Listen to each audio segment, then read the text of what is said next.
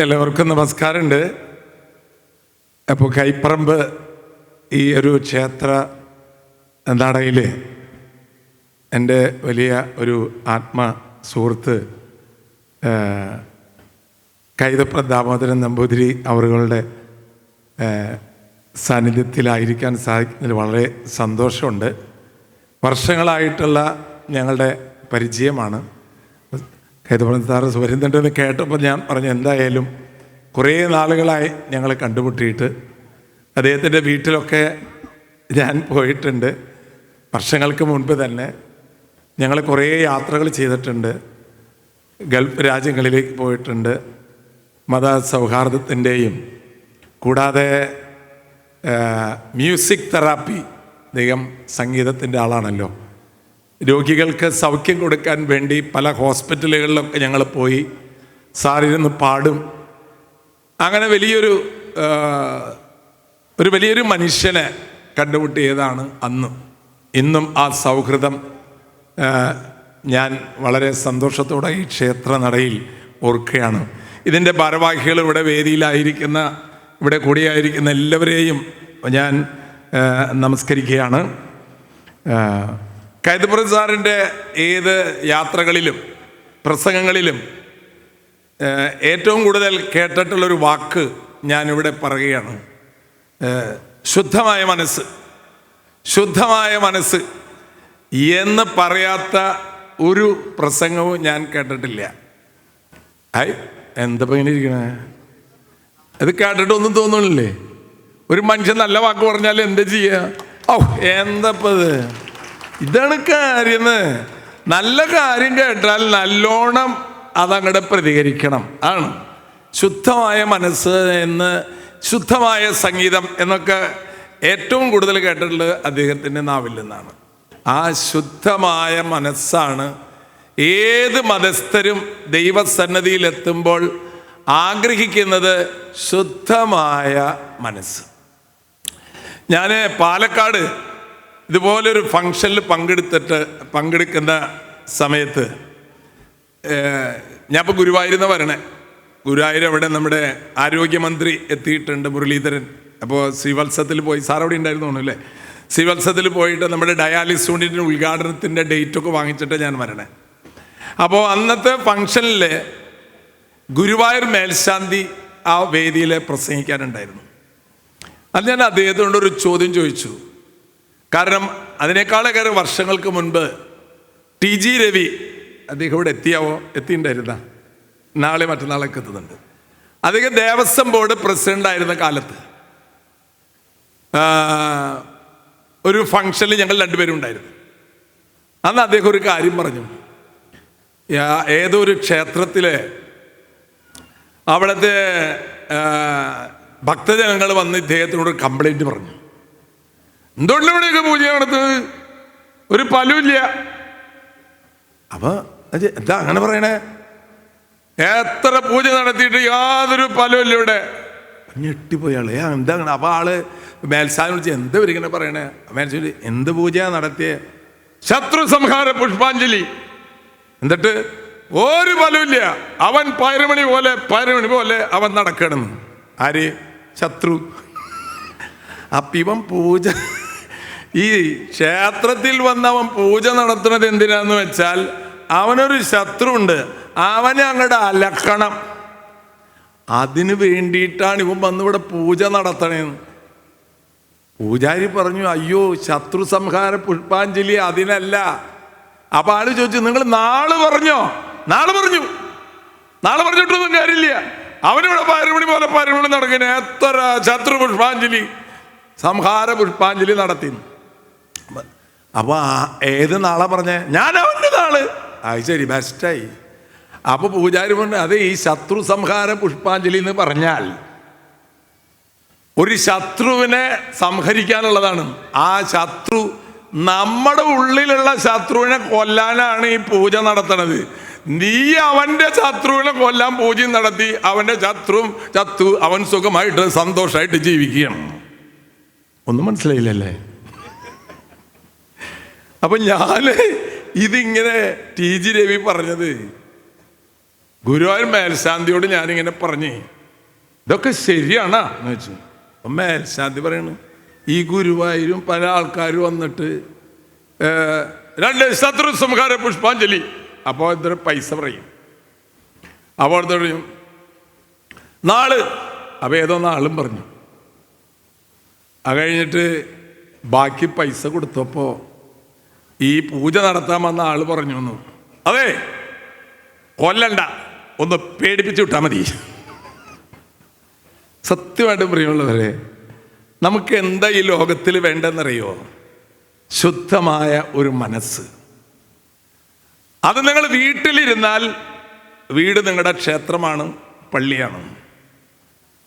നിങ്ങളുടെ ഹൃദയമാണ് ക്ഷേത്രം. അവിടെ ശുദ്ധമായ മനസ്സ്, ആരെയും ദ്രോഹിക്കാനുള്ള വിചാരം അകത്ത് കടന്നാൽ പോയി മോനെ. ആരെങ്കിലും ദ്രോഹിക്കണമെന്ന മനസ്സോടുകൂടെ ഒരമ്പലത്തിലും ഒരു ദേവാലയത്തിലും പള്ളിയിലും വന്നിട്ട് ഒരു കാര്യമില്ല. കാരണം ഉള്ള ശുദ്ധല്ല. ഞാൻ കൈതപ്പുറം ദാമോദരൻ തമ്പിയുടെ ആ വാക്കുകൾ എപ്പോഴും ഞാൻ ഓർക്കാറുണ്ട്. ഞാൻ പറയാറുണ്ട്, സംഭവം ശരിയാണ്. അതായത് ഇന്ന് മനസ്സ്, മനുഷ്യന്റെ മനസ്സിലുള്ള ശുദ്ധമായ ഒരു മനുഷ്യന്, ശുദ്ധമായിട്ടുള്ള ഒരു മനുഷ്യൻ ട്ടോ എന്ന് പറയാൻ എത്ര പേരുണ്ടാവും? നിങ്ങൾ ഈ ക്ഷേത്രത്തിൽ വന്ന് പോകുമ്പോൾ നിങ്ങളുടെ ഉള്ള ശുദ്ധമായി പോകണം. കൈപ്പറമ്പ് പള്ളിയിൽ വന്നു പോയാലും ഞാൻ പറയും, നിങ്ങളുടെ മനസ്സ് ശുദ്ധമാകണം. ഈ നല്ല വെള്ള വസ്ത്രത്തിട്ട് കാര്യമില്ലല്ലോ. വസ്ത്രമല്ല, നമ്മുടെ ശരീരമല്ല, മനസ്സാണ് ശുദ്ധിയാവേണ്ടത്. നമ്മുടെ ജീവിതത്തിൽ അതാണ് നഷ്ടപ്പെട്ടു പോയിട്ടുള്ളത് പ്രിയമുള്ളവരെ. ശുദ്ധമായി മനസ്സിലൊരാൾക്ക് കുടുംബത്തിൽ വഴക്കുണ്ടാക്കാൻ പറ്റുമോ? പറ്റില്ല. അപ്പുറത്ത് വീട്ടിൽ നിന്ന് കക്കാൻ പറ്റുമോ? പറ്റില്ല. ഞാൻ പള്ളിയിൽ ഒരു ദിവസം കുർബാന കഴിഞ്ഞപ്പോൾ ഒരാൾ വന്നിട്ട് പറഞ്ഞു, അച്ഛാ ഞാൻ പള്ളിയിലേക്ക് കുർബാനയ്ക്ക് വരണ സമയത്ത്, പുലർച്ചെയാണ്, ഒരു 5-5:30 മണിക്ക് വരുന്ന സമയത്ത് റോട്ടിൽ ഒരു തേങ്ങ കെടുക്കണം. തേങ്ങ വേറെ ആളുടെ തേങ്ങയാണ്. അപ്പം ഈ വഴിയിൽ വന്ന് ഈ തേങ്ങയ്ക്ക് കിടക്കേണ്ട വല്ല ആവശ്യമുണ്ടോ മനുഷ്യനെ ഓരോന്ന് തോന്നിപ്പിക്കാൻ? അപ്പം തേങ്ങ കണ്ടപ്പോൾ അത് എടുക്കാൻ തോന്നി. അപ്പോൾ മനസ്സ് പറഞ്ഞു, വേണ്ട, അത് നിന്റെ അല്ല, അതുകൊണ്ട് എടുക്കണ്ട. ഓ ശരിയാണ്, ശുദ്ധമായ മനസ്സ് പറഞ്ഞ് എടുക്കണ്ടെന്ന്. പാലെടുക്കണ്ടെന്ന് വെച്ചു. എടുക്കണ്ടെന്ന് വെച്ചിട്ട് 4-5 സ്റ്റെപ്പ് വെച്ചപ്പോൾ ഉള്ളിലൊരു വിചാരം, എന്ത്? ഞാൻ എടുത്തില്ലെങ്കിലും ഉടമസ്ഥന് അത് കിട്ടാൻ പോണില്ല, പിന്നാലെ വരുന്ന ഗർവാസീസ് എന്തായാലും എടുക്കും, അപ്പം അതുകൊണ്ട് ഞാൻ തന്നെ എടുക്കുക. ഇതാണ് പലതും നമ്മുടെ ഉള്ളിൽ വരും. പക്ഷെ അവസാനം നമ്മൾ പറയും, അതിപ്പോൾ എന്തൊരു കാര്യം ചെയ്യല്ലേ? ഈ ശുദ്ധത പോണതാണ് മനുഷ്യന്റെ ശാന്തി പോണത്. ഓം ശാന്തി എന്ന് ഉള്ളു പറയണം. നാക്ക് പറഞ്ഞ പോരാന്ന്. നാക്കൊണ്ട് പറഞ്ഞിട്ട് കാര്യമില്ലല്ലോ. ഉള്ളു പറയണം. എന്ത്? ശാന്തി എന്ന് പറയണം. അതുകൊണ്ട് ഇന്ന് നമ്മുടെ സമൂഹത്തിൽ എന്ന് വെച്ചാൽ, ഇപ്പോൾ നമ്മൾ പാലിൽ പാലുണ്ടെന്ന് നിങ്ങൾക്ക് തോന്നുന്നുണ്ടാ? പാലിൽ പാലില്ല. കാരണം ഇത്രയധികം പശു എവിടെയാ? അപ്പോൾ ഒരു കെമിക്കലാണ് ഇതൊക്കെ. പാല് പലപ്പോഴും പഞ്ചസാരയിൽ പഞ്ചസാര ഉണ്ടോ? എവിടെ? അതൊരു പോയസൺ പോലത്തെ എന്തോ ഒരു കെമിക്കൽ മധുരമുള്ള സാധനമാണ്. കരിമ്പ് കണ്ടിട്ടേ ഇല്ല.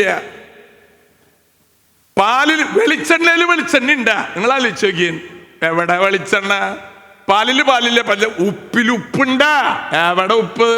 അനി സ്പ്രേ ആ സാധനം ഇട്ടിട്ട് എന്തോരം ആൾക്കാർക്ക് രോഗം വരണത്. ഉപ്പില്ല, പഞ്ചസാരയിൽ പഞ്ചസാരയില്ല, പാലില്ല. പിന്നെ ഞാൻ ഈ കൃഷിയൊക്കെ പള്ളികളിൽ നടത്താറുണ്ട്. 2-3 വർഷം മുമ്പ് പറഞ്ഞു, ആട്ടുകാട്ടം ബെസ്റ്റാണ് അച്ഛാന്ന് പറഞ്ഞു കൃഷിക്ക്. അങ്ങനെ ഞാൻ ആട്ടുകാടം ബുക്ക് ചെയ്ത് ആട്ടുകാടം വന്നു. സംഭവം ചാക്കിന്ന് ആട്ടുകാട്ടം പുറത്തേക്ക് ഇട്ടപ്പോൾ കണ്ടേ ഇതെങ്ങനെയുടെ ഭയങ്കര ഫിനിഷിങ് ഉള്ള ആട്ടുംകാട്ടം. ഇത് ആടടപ്പം ഇങ്ങനെ ഇത്ര ഫിനിഷിങ് ആയിട്ട് ഇടണേന്ന് ഞാൻ ആലോചിച്ച്.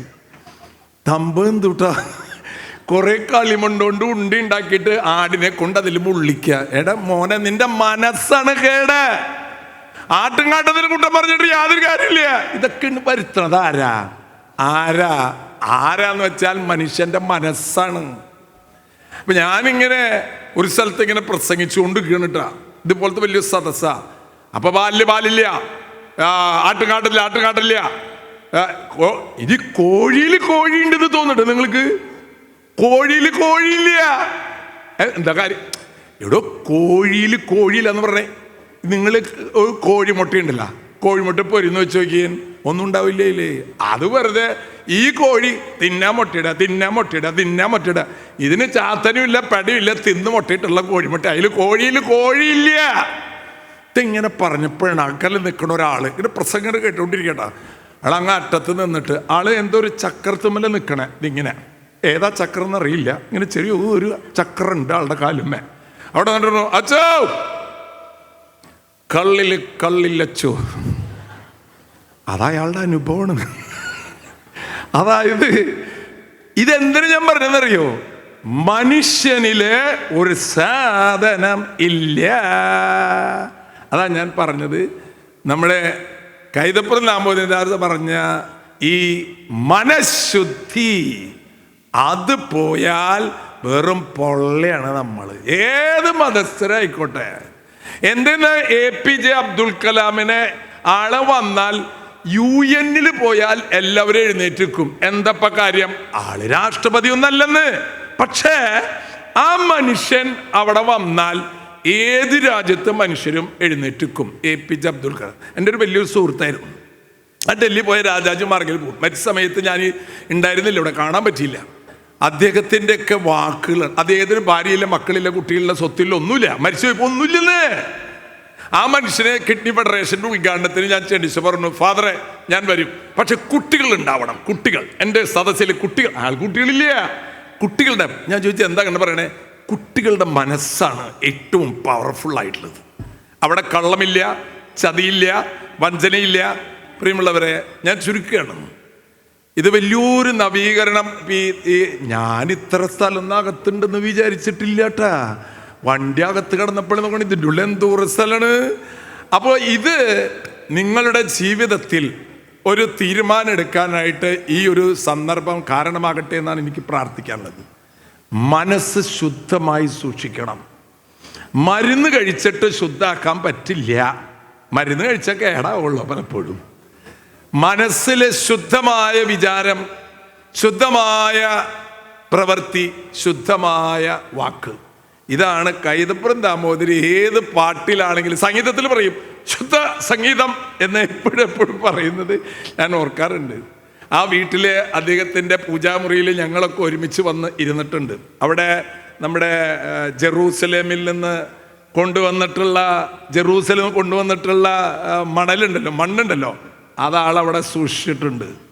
പ്രിയമുള്ളവരെ, നിങ്ങൾ ഇന്ന് ഈ സദസ്സിൽ തിരിച്ചു പോകുമ്പോൾ ഞങ്ങൾ ആരൊക്കെ വന്ന് നിങ്ങളോട് സംസാരിച്ചിട്ടുണ്ടെങ്കിൽ അത് ഞങ്ങളല്ല എന്ന് മനസ്സിലാക്കിക്കോളൂ.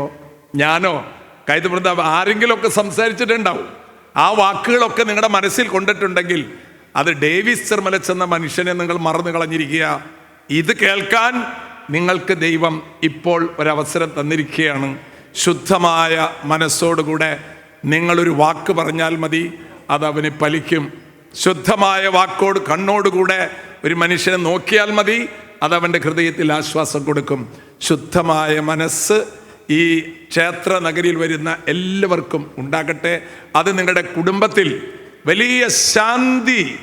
ഇന്ന് അശാന്തിയാണ് എല്ലായിടത്തും.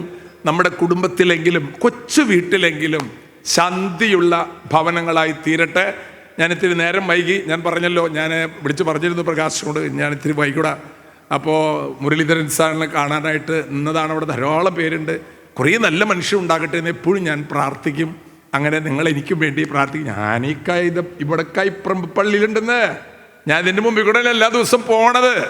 ഇവിടെ ഡയാലിസിസ് ചെയ്യുന്ന യൂണിറ്റ് ഉണ്ട്. നിങ്ങളുടെ അറിവിൽ ഏത് കിഡ്നി രോഗിയുണ്ടോ അവർക്കൊക്കെ സൗജന്യമായിട്ട് അവിടെ ഡയാലിസിസ് കൊടുത്തുകൊണ്ടിരിക്കുന്നു. പറഞ്ഞു വിട്ടിരിക്കുക. അവർക്കൊക്കെ നമ്മൾ സൗജന്യമായി ഡയാലിസിസ് ചെയ്തു കൊടുക്കും. നേരെ മുമ്പിലുള്ള ഒരു കോളനിയിൽ കുറേ ആൾക്കാർ താമസിക്കും. ഞാൻ അറിഞ്ഞു. അവിടെ ഒരു വീട് ഞങ്ങൾ സെലക്ട് ചെയ്തിട്ട് ഞാൻ അവിടെ വന്നപ്പോൾ എനിക്ക് പറ്റാവുന്നതൊക്കെ ഞാൻ ചെയ്യണം. ഒരു വീട് നമ്മളവിടെ അവർക്ക് പൂർണ്ണമായിട്ടൊരു വിധവയ്ക്ക് പണിത് കൊടുക്കാൻ കൂടെ നമ്മൾ തീരുമാനിച്ചിട്ടുണ്ട്. വ്യക്തിപരമായൊരു കാര്യമാണ് കേട്ടോ, പള്ളിയുടെ ഒരു കാര്യമൊന്നുമല്ല. ഞാൻ എനിക്ക് പറ്റാവുന്നതൊക്കെ എനിക്ക് എൻ്റെ കയ്യിൽ സമ്പത്തൊന്നുമില്ല കേട്ടോ. പള്ളിയിൽ ആൾക്കാരെ കൂടെ നിൽക്കുന്നുണ്ട്. ഒരു 5 പൈസ ശമ്പളമായിട്ടോ അവിടെ നിന്നതായിട്ടോ ഞാൻ വാങ്ങിക്കില്ല. ഒരു സ്ഥലത്ത് എനിക്ക് വേണ്ട. ഭക്ഷണം പോലും ആരുടെ കയ്യിൽ നിന്ന് ഞാൻ വാങ്ങിക്കില്ല. ഏത് സ്ഥലത്ത് പോയാലും ഭക്ഷണം തരാനും പാർപ്പിക്കാൻ ആളുണ്ട്. പിന്നെ എന്തിനും എനിക്ക് ഒന്നിൻ്റെ ആഗ്രഹമില്ല. സന്തോഷമുള്ള നിങ്ങളെ കാണാൻ പറ്റിയതിലൊക്കെ എല്ലാവരോടും എനിക്ക് പറയാനുള്ളത്, കുറച്ചുകൂടി സൗമ്യമായിട്ടും സ്നേഹമായിട്ടും ഒക്കെ മക്കളോടും ഭാര്യയോടും ഭർത്താവിനോടൊക്കെ ഒന്ന് പെരുമാറിയിട്ടൊരു സന്തോഷം ഉണ്ടാക്കിക്കൊള്ളാം. Thank you very much. എല്ലാ അനുഗ്രഹങ്ങളും നേരുന്നു. Thank U.